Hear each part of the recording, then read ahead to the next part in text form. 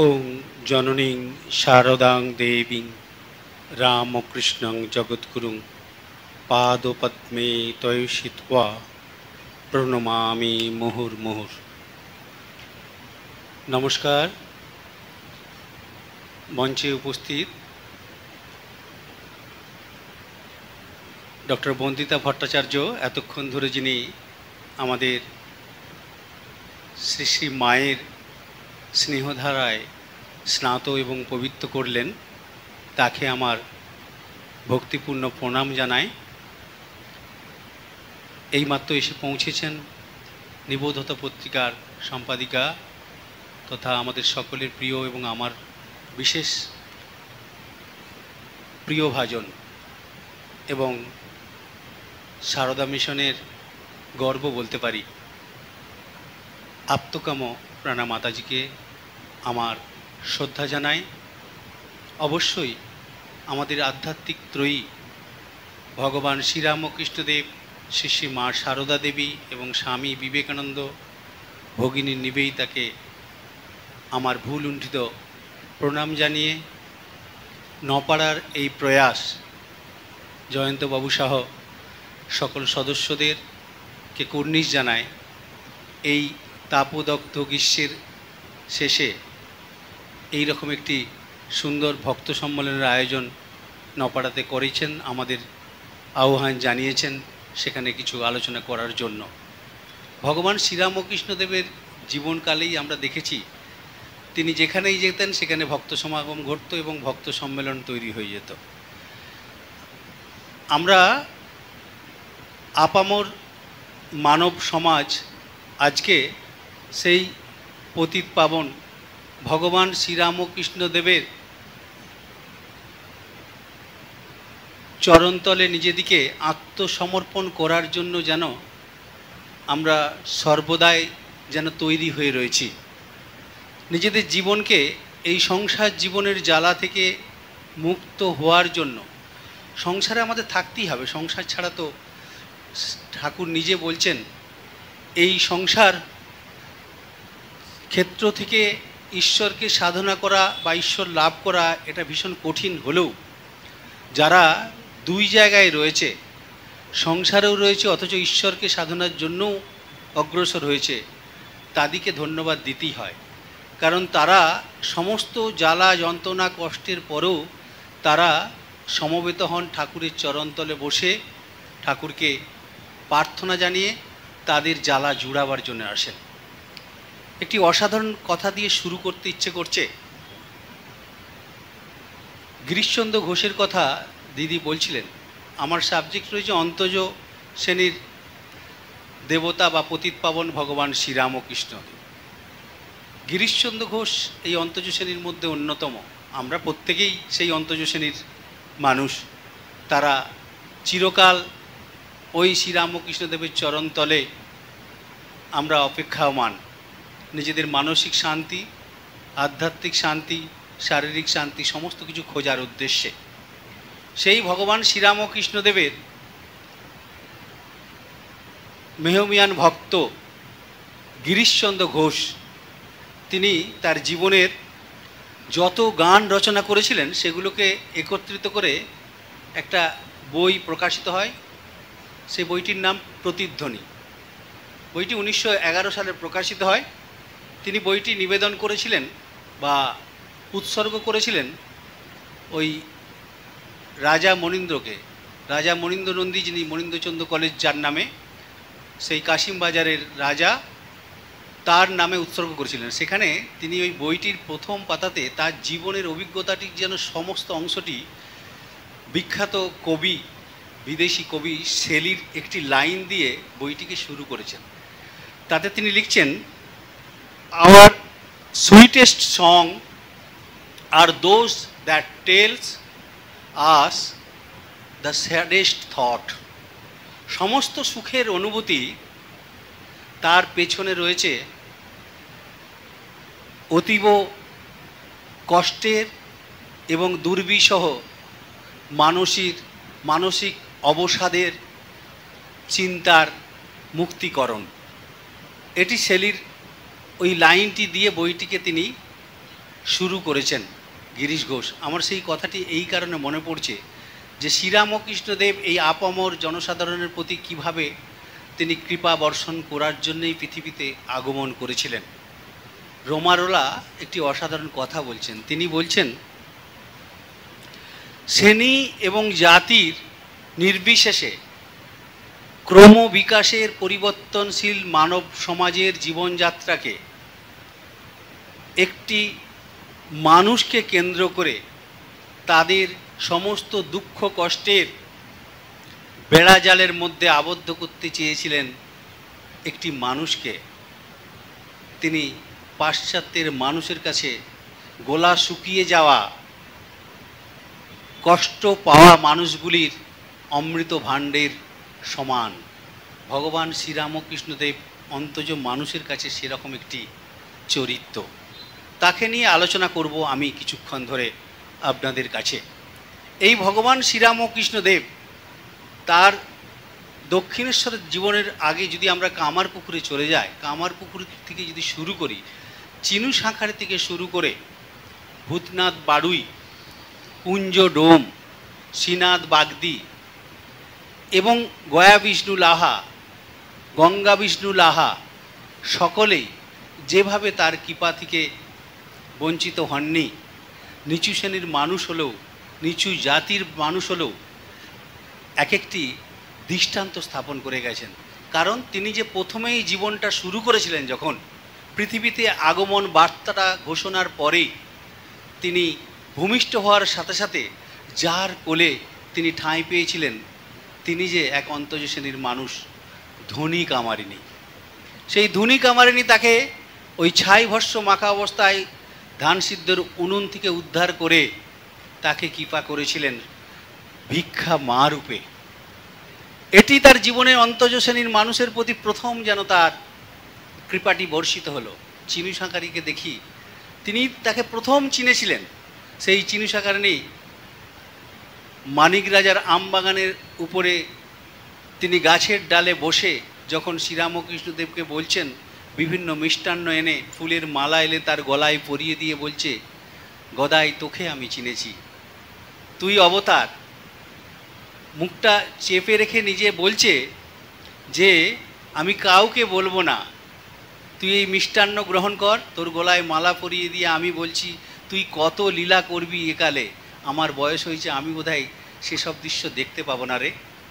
সেই গদাইকে তিনি চিনতে পেরেছেন। গদাই নিজে মুখটা চিপে বলছেন, আর কখনো বলবে না কারো সামনে, এটা যেন প্রকাশ না হয়ে যায়, যদি প্রকাশিত হয় তাহলে কিন্তু তোমার সর্বনাশ হয়ে যাবে। চিনু শাঁখারি যতদিন শ্রীরামকৃষ্ণ বেঁচে ছিলেন ততদিন কিচ্ছু বলেননি। মৃত্যুর আগে তিনি বলে গিয়েছিলেন এই অবতারত্বের কথা। বৈষ্ণব ধর্মে দীক্ষিত, তাকে সমাধি করা হয় মুকুন্দপুরের শিব মন্দিরের পাশে। এই চিনু শাঁখারি পরে আমরা দেখব ওই মুকুন্দপুরের নয়, এই আমাদের মানিক রাজার আমবাগানে কংসবধ পালার রিহার্সাল চলছে। সেখানে ভূতনাথ বাড়ুই রয়েছেন, শ্রীনাথ বাগদি রয়েছেন, কুঞ্জ ডোম রয়েছেন, এরা সব নাটকের রিহার্সাল দিচ্ছেন। সেখানে শ্রীনাথ বাগদি সে একদিন বলে উঠল, মনটা খারাপ অবস্থায় একটা সাইডে বসে রয়েছে, গদাই পাশে এসে বলছে, কি হলো তোর মন খারাপ কেন? বলছে, জানিস আমার বাবা শেষ সময়ের কটা দিন গুনছে পৃথিবী ছেড়ে চলে যাওয়ার আগে আমাকে একটি আবদার করেছে, সেটি আমি পূরণ করতে পারছি না, এটি আমার কষ্ট হচ্ছে। বলে, সে আবদার কী রে? বললে, তিনি যাওয়ার আগে কোনো ব্রাহ্মণ সন্তানের কণ্ঠে গীতা পাঠ শুনতে চান, কিন্তু আমরা যাতে বাগদি, আমাদের বাড়িতে এ অর্থোডক্স সমাজের কোন ব্রাহ্মণ পরিবারের সন্তান এসে আমার বাবাকে দু লাইন গীতা শুনিয়ে যাবে, তাতে বাবার মুক্তিলাভ ঘটবে। শ্রীনাথ বাগদির কথায় গদাই তার পিঠে হাত বুলিয়ে বললে, তুই চিন্তা করিস না, কাউকে বলিস না, আমি তোর বাবাকে গীতা শুনিয়ে দিয়ে আসবো। গদাই গিয়ে তাকে গীতা শুনিয়ে দিয়েছিলেন ঠিকই, পরিবারের মানুষ তার প্রতি খারাপ ব্যবহার করেছিলেন, যে তুই না বলে বাগদি ডোমপাড়ায় গিয়ে সেখানে গিয়ে গীতা পাঠ করতে গেছিস, তোর লজ্জা করে না? তুই ব্রাহ্মণ পরিবারের সন্তান। কিন্তু গদাই বলছেন, এ কাজ বারবার করব যদি মানুষের মুক্তির কারণে আমার প্রয়োজনতা আসে। সেই গদাই শ্রীনাথ বাগদিকে তার বাবাকে মুক্তির পথের আলো দেখাতে গীতা পাঠ করে দিয়ে এসেছিলেন তার বাড়িতে গিয়ে। এই শ্রীনাথ বাগদি আমরা দেখব কংসবধ পালার যখন শ্রীকৃষ্ণ চরিত্রে অবতীর্ণ হচ্ছেন গদায়, গদায়ের সেই আপনাদের মনে থাকবে পাইনদের শিব মন্দিরে শিব সাজতে গিয়ে সে স্বয়ং শিব কী করে সে শিব সাজবে, স্বয়ং শিব কখনো কি শিবের অভিনয় করতে পারে? তাই তিনি তার মুচ্ছে যাওয়া থেকে আরম্ভ করে তার ওই সমাধি ঘটছে। এখানেও ঠিক কংসকে বধ করার জন্য যখন শ্রীকৃষ্ণ স্বয়ং গদাই ওই কৃষ্ণের রূপটি ধারণ করেছে তখন আবার সমাধি, সে সমাধি বিশাল সমাধি, সে সমাধি ভাঙছে না। নাটকের রিহার্সাল বন্ধ, সকলে ভয়ে বাড়ি চলে যাচ্ছে, কিন্তু গদাইকে বাড়ি পৌঁছাবে কে? রাত থেকে রাত গভীরতর হচ্ছে, কেউ যাচ্ছে না। তাকে বাড়িতে পৌঁছাবে কি? সুস্থ অবস্থায় বাড়িতে পৌঁছে না দিলে কোথায় নিয়ে গেছিলাম তাকে, কি করছিলাম তাকে নিয়ে, হাজার প্রশ্নের উত্তর দিতে হবে সেই বাড়িতে গিয়ে। তাই সকলে ভয় পাচ্ছে। সেই সময় শ্রীনাথ বাগদির বলিষ্ঠ চেহারা তাকে কাঁধে তুলে নিয়ে গিয়ে ভূতির খালে নিয়ে গিয়ে জল বাতাস দিয়ে তাকে সমাধি ভঙ্গ করেছিলেন। এবং যখন সমাধি ভঙ্গ হলো, শ্রীরামকৃষ্ণদেব তাকে বললেন, আমি কোথায় ছিলাম, কোথায় এলাম? শ্রীনাথকে চিনতে পেরে বলছে, তুই এত বড় কাজ করলি, আমাকে কোথায় নিস? বলছি, তোর জ্ঞান ফিরছিল না, কেউ তোকে সঙ্গে নিয়ে আসতে ভয় পাচ্ছিল, আমি দেখলাম তুই আমার সেনাথ, তোকে আমি না বাঁচালে কে বাঁচাবে? আমি ভেবেছিলাম তুই বোধহয় মরেই গেছিস। সেই শ্রীনাথ বাগদি তাকে টেনে নিয়ে এসে ভূতির খালে নিয়ে প্রাণ ফিরিয়ে দেওয়ার ফলে শ্রীরামকৃষ্ণদেব তাকে সেদিন আশীর্বাদ করে বলেছিলেন, তোর নিরোগ অবস্থায় থাকবি, আমার মতো শরীরকে তুই বয়ে নিয়ে এসেছিস। অর্থাৎ অবতার পুরুষ পৃথিবীতে জন্মগ্রহণ করেছিলেন, কোটি কয় মানুষ তাকে চিনতে পারে। সেই শ্রীনাথ বাগদিকে চিনিয়ে দিলেন, তুই অবতারকে মাথায় তুলে এনেছিস, তাই তুই নিরোগ অবস্থায় থাকবি। শ্রীনাথ বাগদি মৃত্যুর আগের দিন পর্যন্ত কোনো রোগ তাকে পীড়া দেয়নি। শ্রীনাথ বাগদির পরে আসি ভূতনাথ বাড়ুই। ভূতনাথ বাড়ুই, শ্রীনাথ বাগদি এদের সাথে ঠাকুর লীলা করেছেন, অনেক খেলা করেছেন। নিম্ন বর্ণের জাতির মানুষ হয়েও তারা শ্রীরামকৃষ্ণদেব যখনই দক্ষিণেশ্বর থেকে ছুটে আসতেন তখনই কিন্তু ওরা এসে আবার তার সাথে মজা করতে থাকতেন। এই ভূতনাথ বাড়ুই শ্রীরামকৃষ্ণদেব দক্ষিণেশ্বরে চলে যাওয়ার পরে সে মদাসক্ত হয়ে যায়, সে ভীষণ নেশাখোর হয়ে যায়। তার বউ বাড়ি সংসার চালাতে ভীষণ কষ্ট পাচ্ছিলেন। যা রোজগার করে নিয়ে আসে ভূতনাথ, সেগুলো অর্ধেকটা ওই নেশা করেই কাটিয়ে দেয়।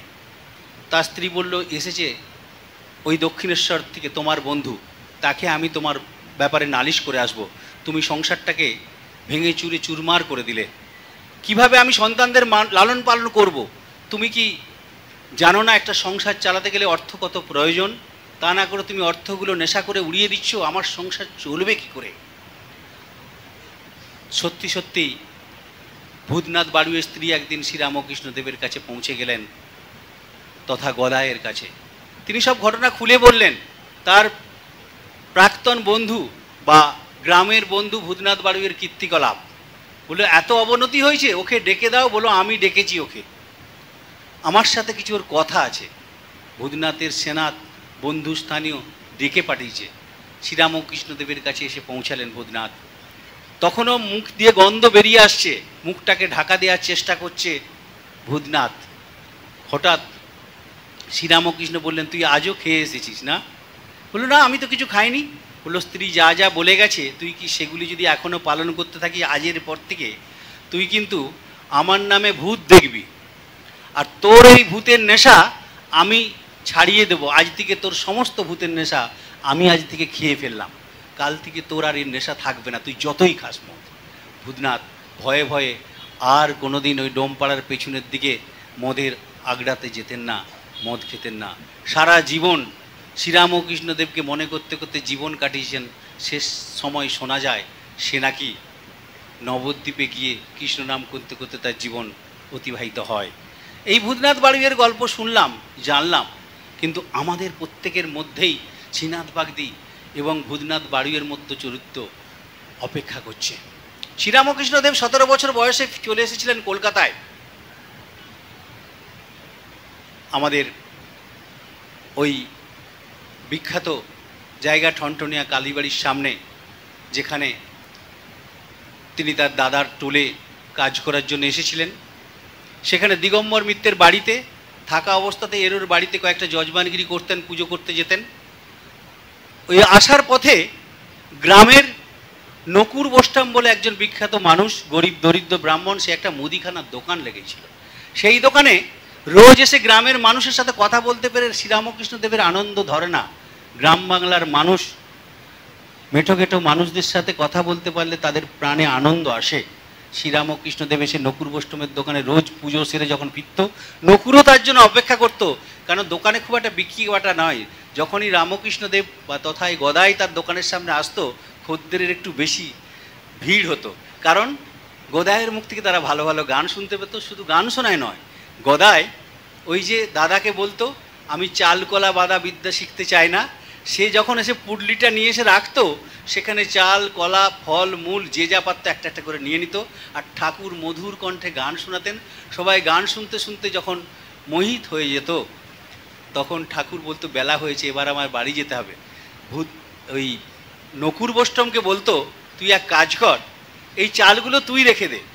নকুর বোস্টমকে চালগুলো দিয়ে গামছাটা ঝেড়ে কাঁধে দিয়ে গান করতে করতে নিজে বাড়ি ফিরে যেতেন। দিগম্বর মূর্তিদের বাড়িতে তিনি গিয়ে আশ্রয় নিতেন। এই শ্রীরামকৃষ্ণদেব কলকাতায় আসার পরে আমরা যেমন দেখব দক্ষিণেশ্বরে তিনি যখন নিত্য ওই কালীর পূজারী, সেখানে একের পর এক প্রতিদিন প্রতিনিয়ত যেসব কাণ্ডগুলি ঘটত, সেখানের মধ্যে কয়েকটি ঘটনা অবশ্যই বলা দরকার। রসিক ম্যাথরের কথা আপনারা শুনেছেন। রসিক ম্যাথর সে রোজ ঠাকুরের সেবা করত, রাস্তা পরিষ্কার করত। কোনো কোনো সাধু তাকে বা পার্ষদরা তাকে বলতো, ঠাকুরের কাছে যা চেয়ে নে, সময় মতো চেয়ে নিবি। বললো, আমাকে কি কৃপা করবেন? তুই এত সেবা করছিস, কাজ করছিস, কেন তোর কথা শুনবে না? তুই গিয়ে বল আমার মুক্তি কিভাবে হবে, আমার কি এই কাজই সার? যে শ্রীরামকৃষ্ণদেবের রসিক মাতরের বাড়ির নর্দমা নিজের চুল দিয়ে পরিষ্কার করেছিলেন নিজের অহমিকা দূর করার জন্য, সেই শ্রীরামকৃষ্ণদেবের একদিন ঝাউতলা থেকে ফেরার পথে, শৌচ থেকে ফিরে আসার পরে অপরের ইঙ্গিতে রসিক ম্যাথর ঠাকুরের চরণে ঝাঁপিয়ে পড়ল, আমায় কৃপা করতেই হবে। ঠাকুর বলল, ঠিক সময় মতো তুই দর্শন পাবি। অপেক্ষামান রসিক আনন্দে দিন গুনছিলেন। যাওয়ার আগে স্ত্রীকে বললেন, আমি দেখতে পাচ্ছি সে এসে গেছে, আমায় যেতে হবে, তুলসী তলায় আসনটা মিলে দাও। তিনি আসছেন, আমি দেখতে পাচ্ছি। কেউ দেখতে পাচ্ছেন না, রসিক দেখতে পাচ্ছেন ভগবান শ্রীরামকৃষ্ণদেব আসছেন, তার তুলসী তলায় ওই আসন গ্রহণ করছেন। রসিককে বলেছেন শেষ সময় কৃপা করবেন। রসিককে কৃপা করে বিলীন হয়ে গেলেন, বাড়ির কেউ দেখতে পেলেন না। আনন্দে তার জীবন শেষ হলো রসিক ম্যাথরের।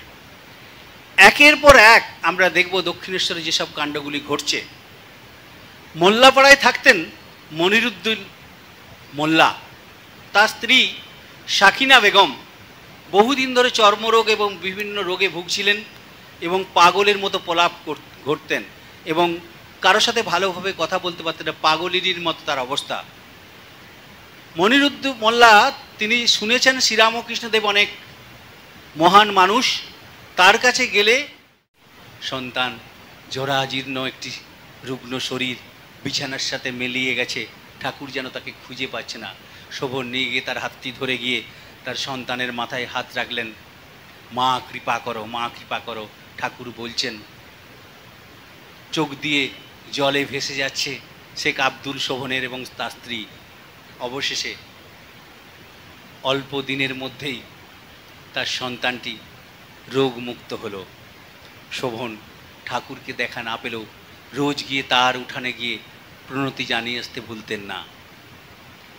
চলে আসি আব্দুল ওয়াজিজ আলী ডাক্তার, রামচন্দ্র দত্তের পরিবারের সাথে খুব যুক্ত, একসাথে ডাক্তারি পড়তেন। তার বন্ধু ডিস্ট্রিক্ট ম্যাজিস্ট্রেট, খুব সম্ভব ফরিদপুরের, আব্বাস আলী, তাকে সাথে নিয়ে অনেক দিন রামচন্দ্রের কাছে অনেক কথা শুনেছেন। শ্রীরামকৃষ্ণদেবকে একবার দর্শন করবেন, হিন্দুদের দেবতা সে নাকি, আমরা মুসলমান, কিন্তু তার কাছে যাব ঠিকই, কিন্তু আমাদের ধর্ম বিশ্বাসে কোনোভাবে আঘাত না এনে তাকে আমরা দূর থেকেই হাত তুলে নমস্কার করব, হিন্দুদের মতো পা ছুঁয়ে প্রণাম করব না, তাতে আমাদের পয়গম্বরের প্রতি অশ্রদ্ধা হবে। 3-4টি প্রশ্ন ঠিক করে নিয়ে গেছেন আব্দুল আজিজ আলী। ডাক্তার তিনি পেশায়। শ্রীরামকৃষ্ণদেবকে খবর দেওয়া হয়েছে, রামচন্দ্র দত্ত বলেছেন আমার এক বন্ধু ডাক্তার আসছেন আপনাকে দর্শন করতে। শ্রীরামকৃষ্ণদেবের ঘরে আসন পাতা হয়েছে। শ্রীরামকৃষ্ণদেব যে আসনটি বসে রয়েছেন সেই আসনটি থেকে একটু দূরত্ব রেখে আরেকটি আসন ব্যবস্থা করা রয়েছে। সেখানে ওয়াজিজ আলী এবং আব্বাস আলী বসেছেন। রামচন্দ্র দত্ত দূরে দেখছেন। রামচন্দ্র দত্তের বন্ধু ঠিক করে রেখেছেন ঠাকুর তাকে রোগের কথাগুলো, নিজের রোগের কথাগুলো একটু বলে সারিয়ে নেওয়ার চেষ্টা করবেন, ডাক্তার আসছে বলে কথা। তারা ওই যখন প্রথম দর্শন হয় ঠাকুরের সাথে, গঙ্গার ধারে শৌচ থেকে ফিরছেন ঠাকুর, তারা এসে হাত তুলে নমস্কার করতে গিয়ে তাদের কোন একটা চিন্তা, তাদের কোন একটা বিশ্বাস, কোন একটা ভক্তি, কোন একটা শক্তি তাদেরকে মাথা নত করে ভগবান শ্রীরামকৃষ্ণদেবের চরণতলে শুইয়ে দিল। নিজেরাই অবাক হয়ে গেল, আমরা তো এইভাবে আসিনি তার চরণ স্পর্শ করব, তাকে তো হাত তুলে নমস্কার করতে পারি, প্রতি নমস্কার করতে পারি, আমাদের পয়গম্বরের প্রতি অশ্রদ্ধা জ্ঞাপন তো করতে পারি না, কিন্তু কোন টানে কোন আকর্ষণে তিনি পায়ে মাথা ছুঁইয়ে দিলেন আমরা জানি না। তারা এই ভয়ে নিজেরা ভীত হলেন, কি করলাম, অন্যায় করলাম না তো। হঠাৎ দেখছেন তাদের পয়গম্বর যাকে তারা বিশ্বাস করেন সেই আল্লাহর ছবি শ্রীরামকৃষ্ণদেবের মধ্যে ঘোরাফেরা করছে। অবশেষে শ্রীরামকৃষ্ণদেবের ঘরে পৌঁছালেন। তারা যে তিনটি প্রশ্ন নিয়ে এসেছিলেন, দূরে বসে থাকা অবস্থায় শ্রীরামকৃষ্ণদেব তার কথাগুলির মধ্যে যেসব কথাগুলি বলে চলেছিলেন ভক্ত সঙ্গের মধ্যে, তার সমস্ত তাদের প্রশ্নগুলির উত্তর যেন তার মধ্যেই লুকানো ছিল। সেই উত্তরগুলি শুনতে শুনতে তারা অবাক হয়ে গেলেন, কিন্তু এটিও ভাবছিলেন যে মানুষটা যার ধর্ম মানেন না আমাদের সাথে বসে ধর্মালোচনা করছেন, অথচ আমাদের সাথে দূরত্ব বজায় রাখার জন্য দুটো আসনের পৃথক দূরত্ব রয়েছে। এই ভাবনায় তাদেরকে কিছুটা বিচলিত করছিল। তখন তৃতীয় প্রশ্নের উত্তরের সময় শ্রীরামকৃষ্ণদেব আলোচনার সাথে সাথে হঠাৎ শ্রীরামকৃষ্ণ এতখানি গম্ভীর এবং ভাব সমাধিতে ডুবে গেলেন, তিনি আনন্দ করতে করতে যেন ঝাঁপিয়ে পড়লেন, তাদের ওই মাঝের ব্যারিকেডের বেড়া জাল ভেঙে তাদের উপরে ওই তাদের আসনে গিয়ে ঝাঁপিয়ে পড়লেন। এক হয়ে গেল তাদের বিশ্বাস অবিশ্বাসের রেখাচিত্রটি, মিলেমিশে একাকার হয়ে গেল পয়গম্বর চিন্তাকারী ওই ওয়াজিজ আলী আব্বাস আলীর চিন্তা, মিলেমিশে একাকার হয়ে গেল ভগবান শ্রীরামকৃষ্ণের দেবের সর্বধর্মের সমন্বয়ের চিন্তা ও ভাবনা। দুই আসন থেকে এক আসনের মিলন বার্তা পৌঁছে গেল ওই দুই মহান মহামরাম মানুষের মধ্যে, ইসলামধর্মী মানুষের মধ্যে। তাদের প্রশ্ন আর রইল না, কিন্তু শ্রীরামকৃষ্ণদেবের প্রশ্ন রয়ে গেল। শ্রীরামকৃষ্ণদেব তাদের বলে বসলেন যে তোমরা তো ডাক্তার, আমার এই সমস্যা হচ্ছে, আমায় একটু সারিয়ে দাও না।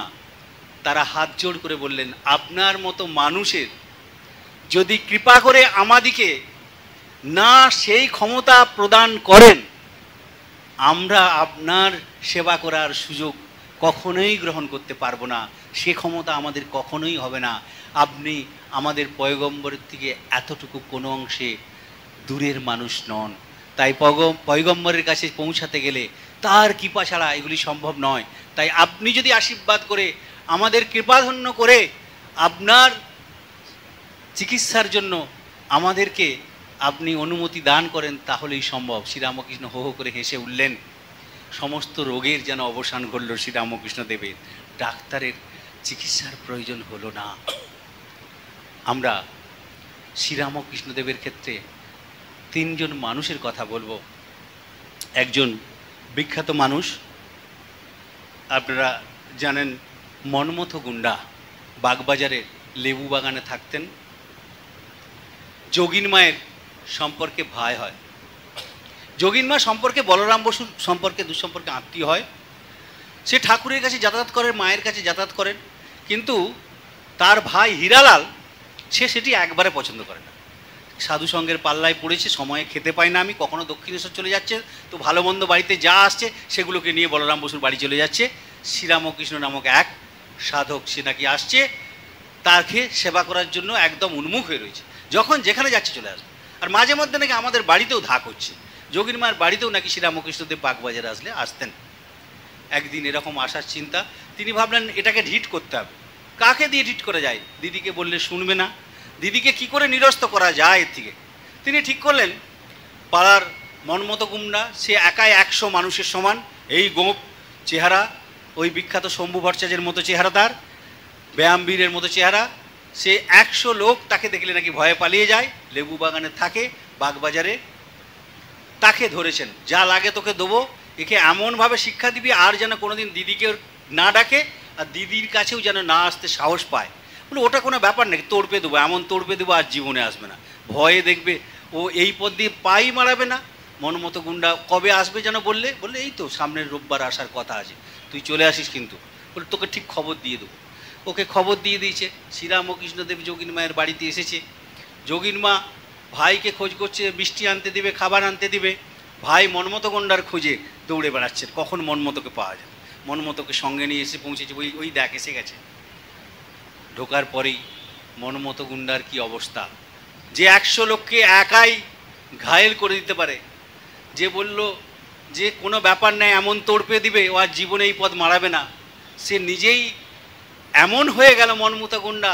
শ্রীরাম ও কৃষ্ণদেবকে দেখে চোখটা বারবার টিপ টিপ করছে, পিটপিট করছে, করতে করতে একদম শ্রীরাম ও কৃষ্ণদেবের চরণতলে, আমায় রক্ষা করুন, আমায় বাঁচান, আমায় কৃপা করুন। পরবর্তীকালে স্বামী অখণ্ডানন্দজি তিনি সাথে করে নিয়ে বেশ কয়েকবার শ্রীরাম ও কৃষ্ণদেবকে দর্শন পাওয়ার জন্য ব্যাকুল হয়ে গেছিলেন ওই মনমতো গুন্ডা। তিনি তাকে এমনভাবে আকৃষ্ট করলেন, যোগিন মাকে শ্রীরাম ও কৃষ্ণদেবকে ছাড়া করা তো দূরের কথা, নিজে শ্রীরাম ও কৃষ্ণ কেন্দ্রিক হয়ে গেলেন এই মনমতো গুন্ডা। পরবর্তীকালে শোনা যায় প্রায় প্রতি সপ্তাহেই শ্রীরাম ও কৃষ্ণদেবের কাছে চলে যেতেন। শুধু দক্ষিণেশ্বরে নয়, পরবর্তীকালে শ্রীরাম ও কৃষ্ণদেবের শরীর যাওয়ার পরে সেই বরানগরে যখন রামকৃষ্ণ আশ্রম তৈরি হয়েছে, ওই গুরু ভাইদের সাথে নৃত্য করতেন, গান পরিবেশনে যুক্ত হতেন এবং সেখানে সাধনা করতেন। পরবর্তীকালে শোনা যায় সে হিমালয়ে চলে গিয়ে গেরুয়া পোশাক ধারণ করে সে এক সাধকে পরিণত হয়ে যায়। ভগবান শ্রীরাম ও কৃষ্ণদেবের চরণতলে নয়, সংস্পর্শে যারা আসে তারাই যে মহামানবে পরিণত হয়ে যায়। অন্তজ মানুষের প্রাণে প্রাণে যে তিনি মহামানবের প্রাণ সঞ্চার করে দেওয়ার অধিকারী শ্রীরাম ও কৃষ্ণদেব, সেটি আমাদের বারবার স্মরণ করে দিচ্ছেন। হাবু দত্ত, তার কথা না বললে বোধহয় ভুল হয়ে যাবে। স্বামী বিবেকানন্দের সম্পর্কে, সে গিরিশ ঘোষের থেকেও বড় বিশাল মাতাল, তাকে বলা হতো আবগারি ইন্সপেক্টর। সে এত বেশি নেশা করতেন তাকে নাকি আবগারি ইন্সপেক্টর বলা হতো। সেই হাবু দত্ত, স্বামীজি বলছেন এত লোককে শ্রীরামকৃষ্ণ কৃপা করলো, আমার এই ভাইটাকে কৃপা করবে না? এর যদি নেশা দূরে চলে যায়, সে গিরিশ ঘোষের মতো মানুষকেও কৃপা করেছেন। সেই হাবু দত্তকে টানতে টানতে তার ইচ্ছে অনিচ্ছের মাঝেই তাকে কাশীপুরে নিয়ে গিয়ে পৌঁছালেন। শ্রীরামকৃষ্ণদেবকে গিয়ে বলছেন, নরেন দত্ত একে একটু কৃপা করে দিন। হাবু দত্ত তার দিকে বারবার দেখছে, নাক ছিটকাচ্ছে, একটা হাড় জিরজিরে কঙ্কালসার মানুষ জীবনের শেষ প্রান্তে অবস্থান করছেন, ক্যান্সার রোগে আক্রান্ত।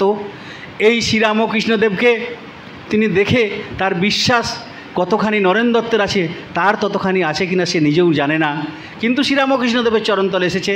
শ্রীরামকৃষ্ণদেব যখন নরেনের মুখে শুনলেন যে একে কৃপা করতে হবে, তখন ঠাকুর বলছে বয়ে গেছে, তুই একজন একজন করে রোজ নিত্য লোককে নিয়ে আসবি আর আমাকে কৃপা করতে হবে তাকে, আমি রোগ জ্বালায় মরি আরও বেশি করে, এসব হবে না, যা তুই।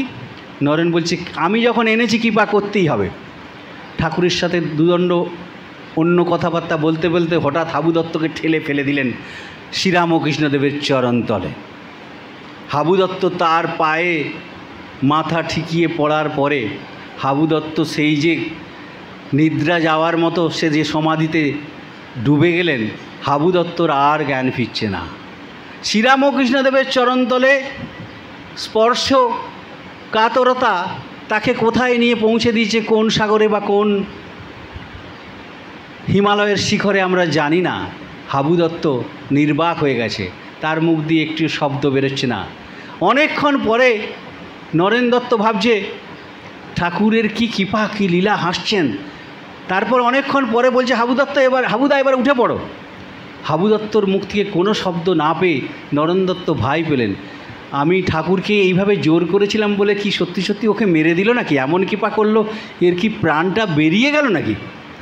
এ কী করলে? ঠাকুরের উপরে ভীষণ রাগ, তুমি কি করলে? আমার হাবু দত্ত কোনো শব্দ করছে না। ওর তো সমাধি টমাধি হয় না, ও তো গাঁজার জগতের মানুষ, ওর মধ্যে কি এমন ঘটালে তুমি স্পর্শ করে দিয়ে ওর মুখ দিয়ে কোনো শব্দ বেরোচ্ছে না? বলে তুই ডাক না, ডাক।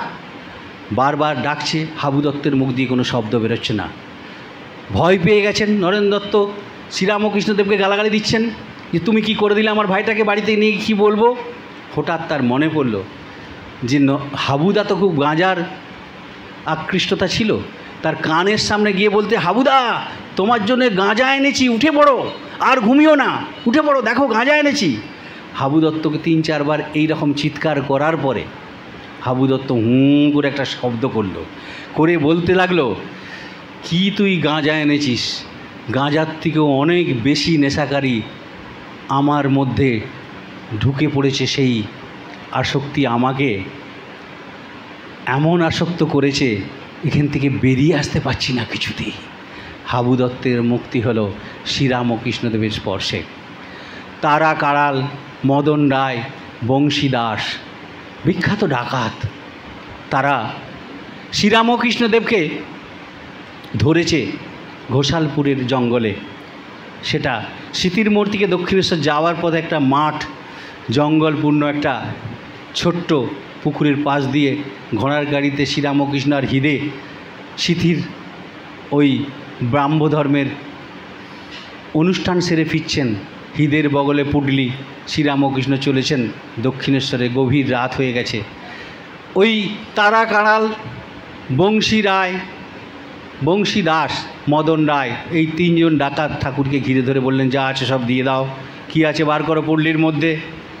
একদম ভয়ঙ্কর ডাকাতি শব্দে তাদেরকে ঘিরে ধরেছেন। ঠাকুর বলছে, বাবা আমি তো দক্ষিণেশ্বরের মন্দিরের পুজোরি, আমার কাছে আর কি থাকবে, টাকে কিছুই নেই। হৃদের ওই পুডলিতে যা রয়েছে ওরা কিছু খাবার দিয়েছে দক্ষিণেশ্বর জন্য, ওগুলো দিয়ে দে। হৃদে বললাম, আমরা খাবারের জন্য অপেক্ষা করি না, পুটলির মধ্যে যা যা আছে সব দিয়ে দাও। ওর বলতে কিচ্ছু নেই, আমরা পুরোহিত পুজো করি বাবা, এই ব্রাহ্মধর্মে গিয়েছিলাম, সেখান থেকে বিশ্বাস হয়নি, পুটলি খুলে দেখো না, ওরা ছাড়বে না, বিশ্বাস করবে না। তখন বললেন, বাবা তোমরা ডাকাত মানুষ, বুঝতে পেরেছি, তোমরা নিরাশ হয়েও না, হতাশ হয়েও না, আমি দক্ষিণেশ্বরের মন্দিরে থাকি, তোমরা এসো যে কোনো দিন সময় করে, তোমাদের পাওনা করি মিটিয়ে দেবো, আজকে বাবা ছেড়ে দাও আমাদের, এরকম ভয় দেখিও না। প্রাণের ভয় যে কোনো মানুষেরই থাকে। শ্রীরামকৃষ্ণদেব এবং সেদিনে হৃদে প্রাণে বাঁচার জন্য করুণ প্রার্থনা জানালো তারা কাঁড়ালদের। তারা যখন বুঝল বেহায়া অসহায় দুটি ব্রাহ্মণ, তাদের কাছে যখন কিছুই নেই, যখন কথা দিচ্ছে দক্ষিণেশ্বরের মন্দিরে গেলে আমাদের পাওনা মিটিয়ে দিবে, তখন ছেড়ে দেওয়াই যাক। ঠিক বলছো তো? পুলিশে ধরিয়ে দেবে না তো? ঠিক বলছি বাবা, আমরা ব্রাহ্মণ সন্তান, মিথ্যে কথা বলতে পারি না। অবশেষে তারা শ্রীরামকৃষ্ণদেবের কাছে আসার জন্য ছদ্মবেশে প্রথম একদিন তারা কাঁড়াল আসলেন ভাবটা দেখার জন্য। 3 জনে গেলে ধরে ফেলতে পারে, একা ছদ্মবেশে গিয়ে পৌঁছালেন। শ্রীরামকৃষ্ণ ভক্ত সঙ্গ করছেন, চিনতে পেরেছেন, তাকে ইশারা করে বলছেন, চিনতে পাচ্ছেন? আমার পাওনাটা তাড়াতাড়ি মিটিয়ে দিন, আমায় চলে যেতে হবে। হঠাৎ দেখলেন পেছন থেকে হৃদে নাদু শুধু চেয়ার নিয়ে ওই ঘরে ঢুকছে, বলছে, এই রে মরেছে। আবার 2 জনে মিলে যদি লোকজন দিয়ে আমাদের ধরে ফেলে, তারা কাঁড়াল ওখান থেকে চম্পট কেটে পড়ল। সুবিধে হলো না। ঠাকুর এদিক ওদিক দেখছে, এলো যে মানুষটা কোথায় গেল, তাকে একটু ফল টল খাইয়ে ধর্মের কথা শোনাবেন কোথায়, ভাবলেন, চলে গেল। আবার একদিন 3 জনেই এসেছে, একসাথে 3 জন এসেছে, আমাদের পাউন্ডটা দিয়ে দিন, দেরি করবেন না। ঠাকুর বলছেন, বাবা এসেই যখন পড়েছো, দেখো চারপাশ ঘুরে দেখো কোথায় এসেছো। দেখছে সবাই প্রণাম করছে, বাধ্য হয়ে ওরাও একটা হাত ছুঁয়ে প্রণাম করে বললো, আমরা আর বেশিক্ষণ অপেক্ষা করতে পারবো না, আমাদের পাওনা করে মিটিয়ে দিই। বলে, আরে সব হবে হবে, এসেছে যখন বসো না, রসো। ঠাকুর তাদেরকে সমস্ত ঘুরে আসার পরে প্রসাদ খাওয়ালেন। তাদের মন যেন কোথায় গলে গেল।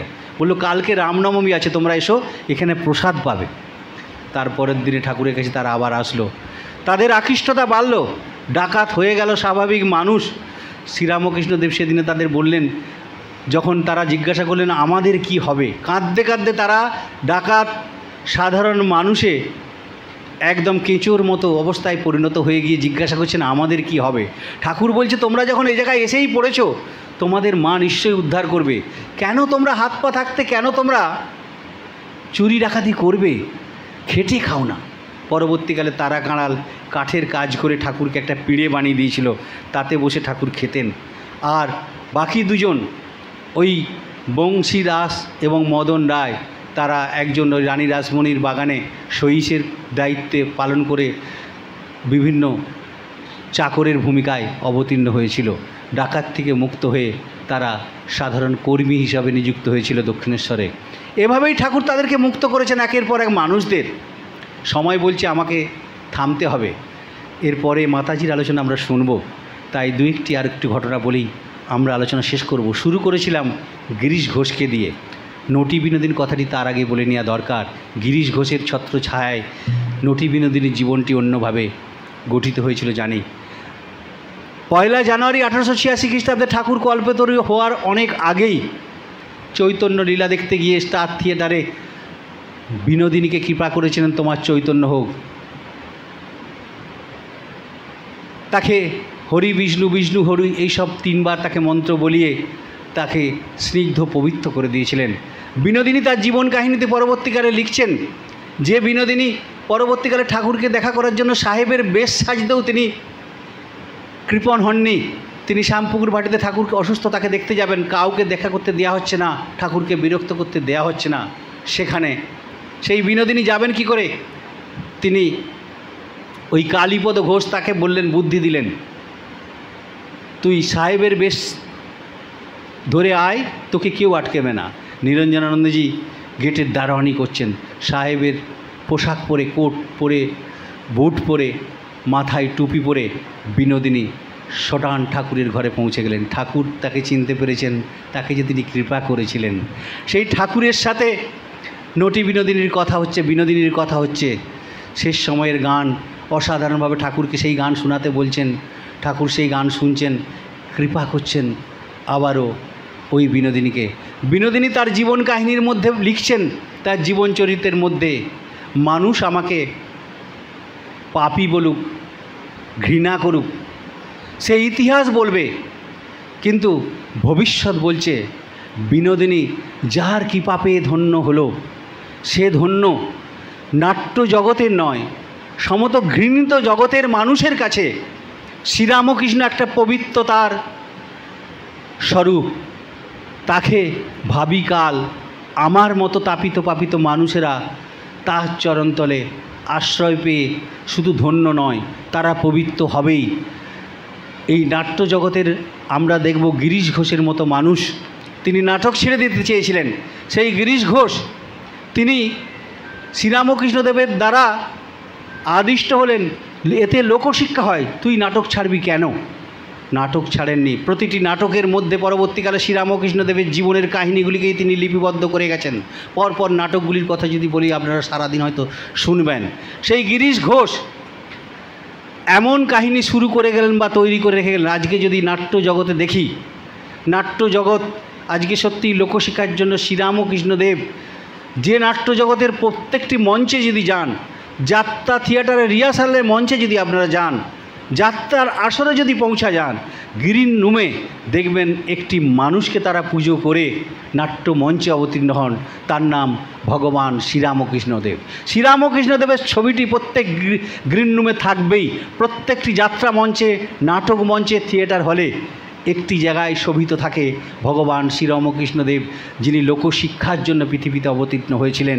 সেই শ্রীরামকৃষ্ণদেব এই পাপিত তাপিত মানুষ, বেশ্যা বা বার বনিতাদের দ্বারা মহিলা চরিত্রে অভিনয়কারী এই থিয়েটার একসময়, সেই সময় ব্রাহ্মধর্মের মানুষেরা যখন তারা পরিত্যাগ করেছিলেন, তারা থিয়েটারের রাস্তার উল্টো দিক দিয়ে হাঁটতেন, সেই সময়কার ভগবান শ্রীরামকৃষ্ণদেব স্বয়ং সেই নাট্যমঞ্চে গিয়ে নাটক দেখছেন, ওই বারবনিতাদের কৃপা করছেন। পৃথিবীর ইতিহাসে অন্তত মানুষের জন্য এক বিরল দৃষ্টান্ত। দুটি ঘটনা অবশ্যই বলা দরকার। 1868 খ্রিস্টাব্দের 27 জানুয়ারি শ্রীরামকৃষ্ণদেব দেওঘর গেছেন, কাশী যাওয়ার উদ্দেশ্যে মথুরবাবুর সাথে গেছেন। সেই বিখ্যাত বালিয়াচক গ্রাম সাঁওতালপল্লীর মধ্যে রানীগঞ্জ থেকে নেমে 27 তারিখ বিকেল 4:30 নেমেছেন, 11টার সময় ট্রেনে উঠেছিলেন। যাবার উদ্দেশ্য দক্ষিণেশ্বর থেকে দেওঘর হয়ে কাশী বিশ্বনাথ দর্শন। সেই সাঁওতালপল্লীর সাথে যে কাহিনী করলেন, যে ইতিহাস রচিত হয়ে রইল আপামর নিম্ন জাতির অন্তজ মানুষ ওই সাঁওতাল পল্লীর সামনে মথুর মাউনকে বাধ্য করলেন দক্ষিণেশ্বর থেকে আবার অর্থ এনে নিপীড়িত তাপিত মানুষদের এক মাথা করে তেল, একটি করে বস্ত্র, এক ফুট করে অন্ন দিয়ে তিনি তাদেরকে আশ্বস্ত করলেন। তাদের জীবন্ত দেবতা হয়ে, জীবন্ত বিশ্বনাথ হয়ে রয়ে গেলেন। কাশী যাত্রা তার সম্পূর্ণতা ঘটেছিল ওই জ্যান্ত বিশ্বনাথদের দর্শন করে, তাদের কৃপা করে। একই ঘটনা ঘটে চূর্ণী নদীর ধারে কলাইঘাটাতে। আমরা জানি মথুরবাবু তার ওই জমিদার দেখাতে নিয়ে গেছিলেন। ঠাকুর জিজ্ঞাসা করছেন, এই তোমার প্রজা, এদের আয়তেই তোমার মা ভবতারিণী মন্দিরের সেবা হয়? হাড় জিরজিরে কঙ্কালসার মানুষগুলির সামনে গাছের তলায় বসে গিয়ে সেদিন শ্রীরামকৃষ্ণদেব বলেছিলেন, এরা 2 বছরের খাজনা মুকুবের আবেদন করছে, অজন্মা হয়েছে, খরা হয়েছে, ফসল হয়নি, তারা খাজনা দিবে কি করে? ঠাকুরকে যখন এই কথা বলতে শুনছেন, তাদের খাজনা মুকুব করে দিতে বলছেন, 1 পেট করে অন্ন দিতে বলছেন, একটা করে বস্ত্র দিতে বলছেন। বিড়ম্বনায় পড়লেন মথুরবাবু। শ্রীরামকৃষ্ণ ছাড়ার পাত্র নন মথুরবাবু। বিশ্বের ইতিহাসে 1870 খ্রিস্টাব্দে এই অন্তজ মানুষের শ্রীরামকৃষ্ণদেব যে দেবতা রূপে পূজিত হয়, মথুরবাবু তার সেবায়িত হয়ে রয়ে গেলেন বিশ্বের এই অন্তজ মানুষের সেবায়। শেষ করব গিরিশ ঘোষের কাহিনী দিয়ে। গিরিশ ঘোষের কাহিনী দিয়ে শুরু করেছিলাম। গিরিশ ঘোষ 5 থেকে 5 আনা বিশ্বাস, জীবনের শেষ প্রান্তে অবস্থান করছেন। স্বামী বিশুদ্ধানন্দজি তাকে দেখতে এসেছেন। গিরিশ ঘোষ দূর থেকে দেখতে পাচ্ছেন, বিশুদ্ধানন্দজি তাকে দেখতে আসছেন।